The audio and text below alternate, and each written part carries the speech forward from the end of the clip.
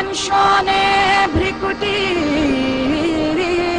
तानी थी, बूढ़े भारत में भी आई फिर से नई जवानी थी। गुमी हुई आजादी की कीमत सबने पहचानी थी। दूर फिरंगी को करने की सबने मन में ठानी थी। चमक उठी सन 57 में वो तलवार पुरानी थी। बुंदेले हर बोलों के हमने सुनी कहानी थी। खूब लड़ी मर्दानी वो तो झांसी वाली रानी थी। सुभद्रा कुमारी चौहान की एक कालजयी कविता जब तक कलम के जरिए कागज नहीं उतरी थी, तब भी रानी लक्ष्मीबाई की कहानी झांसी की मिट्टी के एक एक कण में बसी थी। आखिर ये वीरांगना थी ही कुछ ऐसी, समाज के बंधनों में बंधी फिर भी विचारों से आजाद। कभी कोमल मनु तो कभी तलवार भांजती वीरांगना, कभी राजा गंगाधर राव नेवालकर की पत्नी तो कभी झांसी के आगे दीवार बनकर खड़ी झांसी की रानी लक्ष्मीबाई।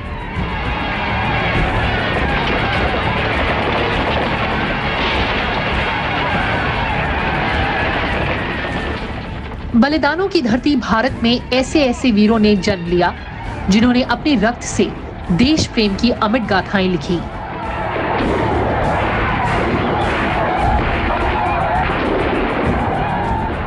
मां भारती को गौरवान्वित करने वाली वीरांगना लक्ष्मीबाई सच्चे अर्थों में ऐसी ही एक आदर्श वीरांगना थी।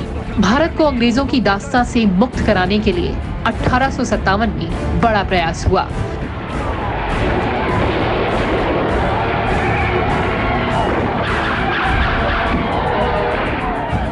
जिसे भारत का प्रथम स्वतंत्रता संग्राम कहा जाता है।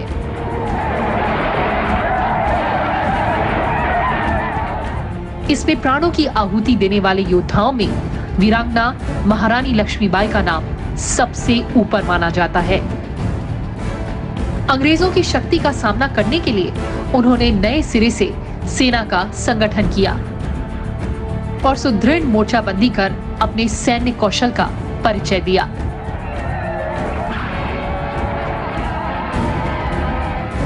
उनका जीवन अपने आप में वीरता, अमर देशभक्ति और बलिदान की मिसाल है।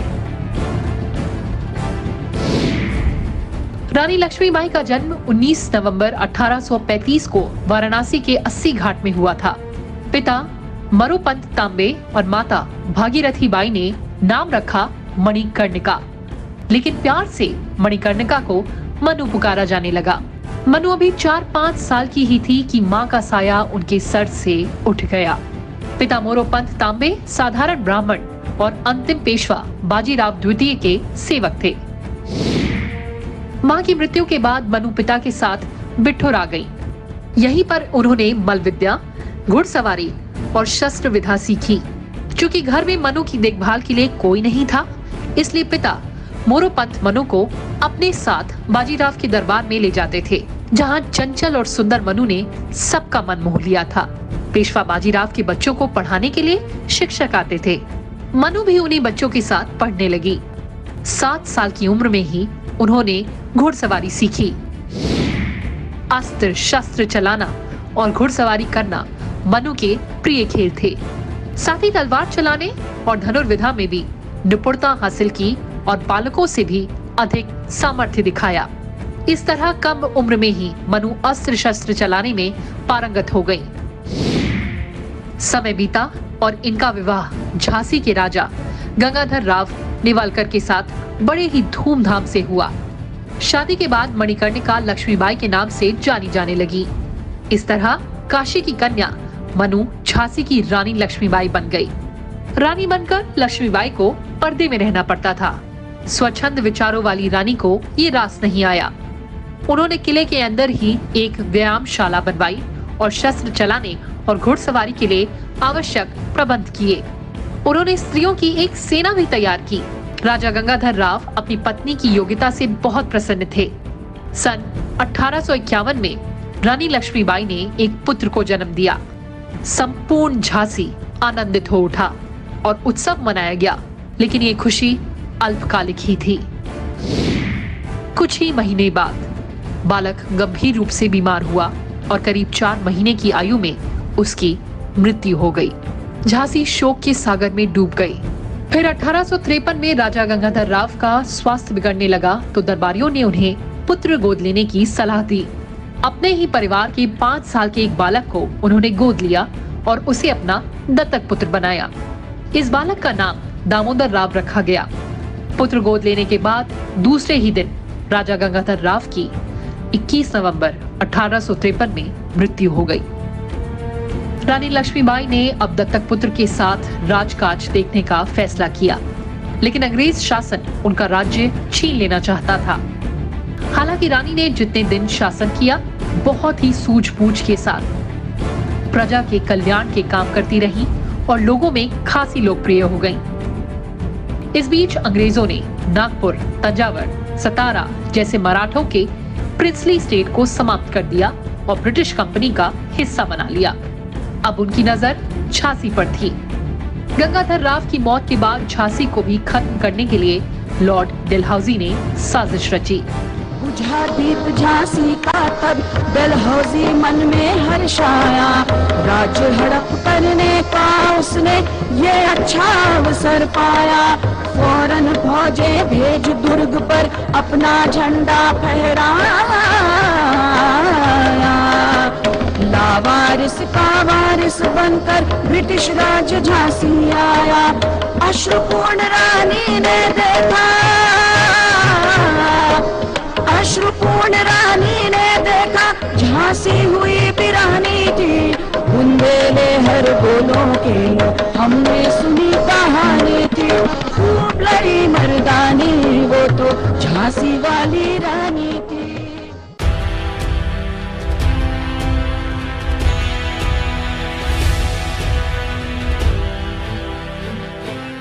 उस समय अंग्रेजों की यह नीति थी कि जिस राजा का उत्तराधिकारी नहीं होगा उसके राज्य को अंग्रेजों के अधीन कर लिया जाएगा। अंग्रेजों ने हड़प की नीति के तहत दामोदर राव को झांसी का वारिस मानने से इनकार कर दिया और झांसी को विलय करने का आदेश जारी किया। आदेश के मुताबिक झांसी का शासन मेजर एलिस के अधीन कर दिया गया। 13 मार्च 1854 को रानी लक्ष्मीबाई को यह आदेश मिला, जिस पर लक्ष्मीबाई का जवाब था, मैं अपनी झांसी नहीं दूंगी। इस हालात में क्या किया जाए ये जानने के लिए लक्ष्मीबाई ने ऑस्ट्रेलियाई बैरिस्टर जॉन लैंग से सलाह मांगी। शुरुआती दौर में लक्ष्मीबाई ने अंग्रेजों के साथ बातचीत से मसला सुलझाने की कोशिश की, लेकिन जब उन्हें विश्वास हो गया कि बातचीत से मसले का हल नहीं होगा तो रानी लक्ष्मीबाई ने बाणपुर के राजा मर्दान सिंह को खत लिखकर अपनी इच्छा जाहिर की। उन्होंने लिखा कि विदेशियों की गुलामी में रहना अच्छा नहीं है, उनसे लड़ना बेहतर है। हम फौज की तैयारी कर रहे हैं क्योंकि अंग्रेजों से लड़ना बहुत जरूरी है। दरअसल रानी लक्ष्मीबाई का मानना था कि झांसी रियासत पर उनका हक है और अपने हक के लिए उन्हें लड़ना पड़ेगा। उस समय भारत के बड़े भूभाग पर अंग्रेजों का शासन स्थापित हो चुका था और वो झांसी को भी अपने अधीन करना चाहते थे। अंग्रेजों को लगा कि रानी लक्ष्मीबाई स्त्री है और वो प्रतिरोध नहीं करेंगी, लेकिन रानी के कदम से अंग्रेज तिलमिला उठे। रानी ने भी युद्ध की पूरी तैयारी की। किले की प्राचीर पर तोपें रखवाई। रानी ने अपने महल के सोने और चांदी के सामान तोप के गोले बनाने के लिए दिए।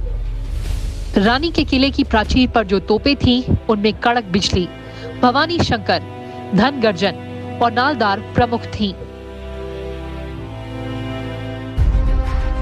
रानी ने किले की मजबूत किलाबंदी की। रानी के कौशल को देखकर अंग्रेज सेनापति ह्यूरोस भी चकित रह गया। अंग्रेजों ने किले को घेर कर चारों ओर से आक्रमण किया।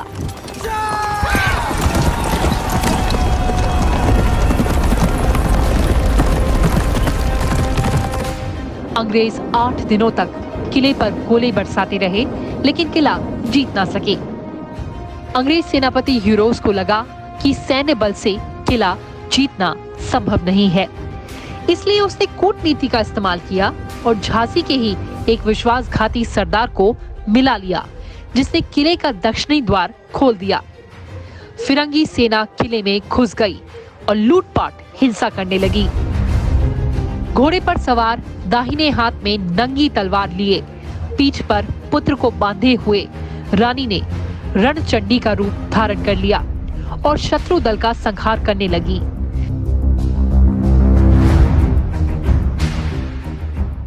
झांसी के वीर सैनिक भी शत्रुओं पर टूट पड़े। जय भवानी और हर हर महादेव के उद्घोष से रणभूमि गूंज उठी।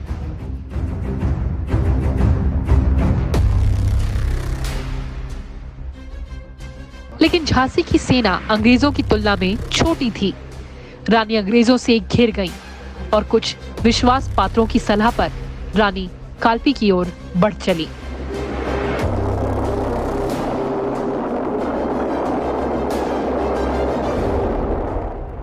लगातार 24 घंटे और 102 किलोमीटर तक सफर तय करने के बाद लक्ष्मीबाई कालपी पहुंची। कालपी के पेशवा ने स्थिति का आकलन कर लक्ष्मीबाई की सहायता करने का निर्णय लिया। पेशवा ने रानी को जरूरत के मुताबिक अपनी सेना और हथियार देने का फैसला किया। ह्यूरोस ने कालपी पर आक्रमण कर दिया। इस आक्रमण का सामना झांसी की रानी ने पूरी दृढ़ता से किया। यहां तक कि ब्रिटिश सेना भी उनके इस आक्रमण से घबरा गई थी। लेकिन दुर्भाग्यवश ह्यूरोस ने कालपी पर अधिकार कर लिया।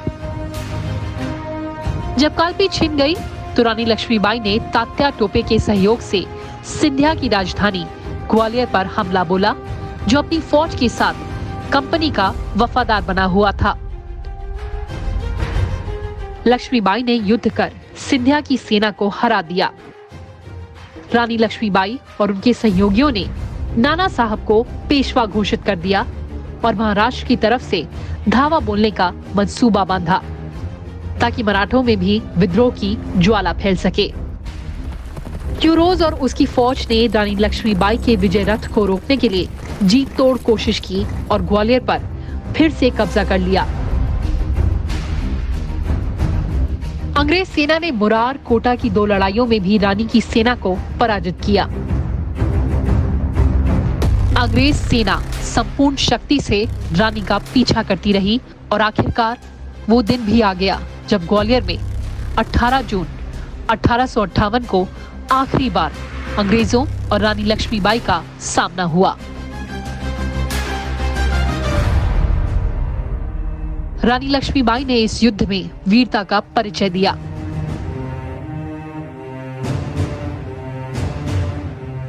रानी और उनकी प्रजा ने प्रतिज्ञा कर ली थी कि अंतिम सांस तक किले की रक्षा करेंगे।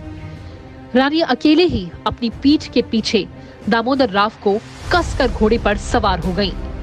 रानी के रण कौशल से अंग्रेज थर्रा गए। रानी ने घोड़े की लगाम अपने दांतों में थामी और दोनों हाथों से तलवार चलाते हुए आगे बढ़ना शुरू कर दिया। रानी ने अपना घोड़ा दौड़ाया, पर दुर्भाग्य से मार्ग में एक नाला आ गया। घोड़ा नाला पार न कर सका। तभी अंग्रेज घुड़सवार वहां आ गए। एक ने पीछे से रानी के सिर पर प्रहार किया, जिससे उनके सिर का दाहिना भाग कट गया। उसी समय दूसरे गोरे सैनिक ने संगीन से उनके हृदय पर वार कर दिया। गंभीर रूप से घायल होने पर भी रानी अपनी तलवार चलाती रही। आखिरकार वो जमीन पर गिर पड़ी।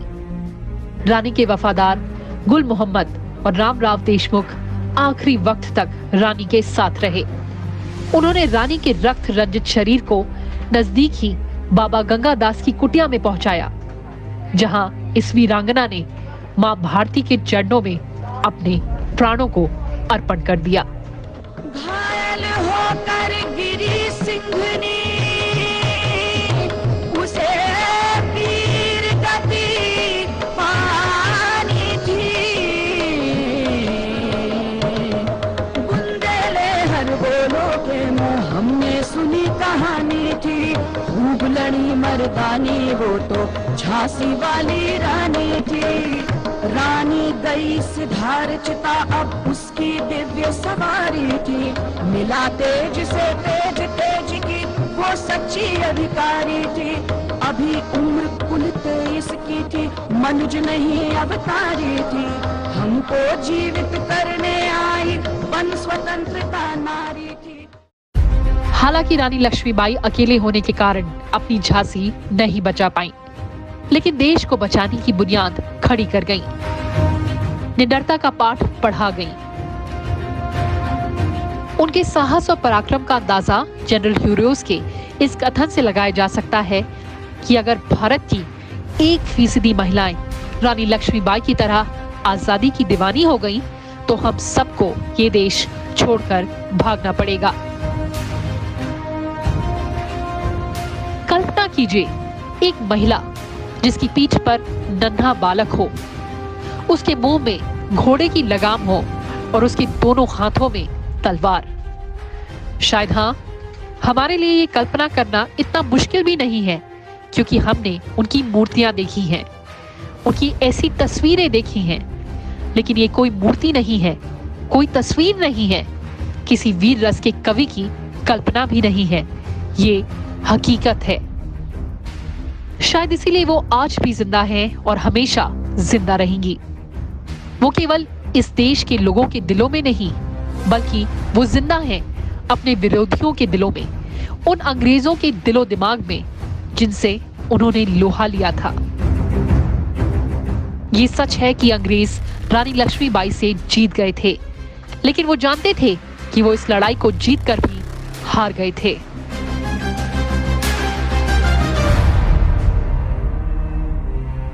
रानी गई सिधार चिता, अब उसकी दिव्य सवारी थी। मिला तेज से तेज तेज की, वो सच्ची अधिकारी थी। अभी उम्र कुल 23 की थी, मनुज नहीं अवतारी थी। हमको जीवित करने आई, बन स्वतंत्रता नारी थी। दिखा गई पथ सिखा गई वो, हमको जो सीख सिखानी थी। बुंदेले हर बोलो के मुंह हमने सुनी कहानी थी। खूब लड़ी मर्दानी, वो तो झांसी वाली रानी थी। सुभद्रा कुमारी चौहान की उनके जीवन पर लिखी कविता से अच्छी शौर्य गाथा इस वीरांगना की हो ही नहीं सकती। उनकी कविता की ये अंतिम पंक्तियां रानी लक्ष्मीबाई के बलिदान को सच्ची श्रद्धांजलि है।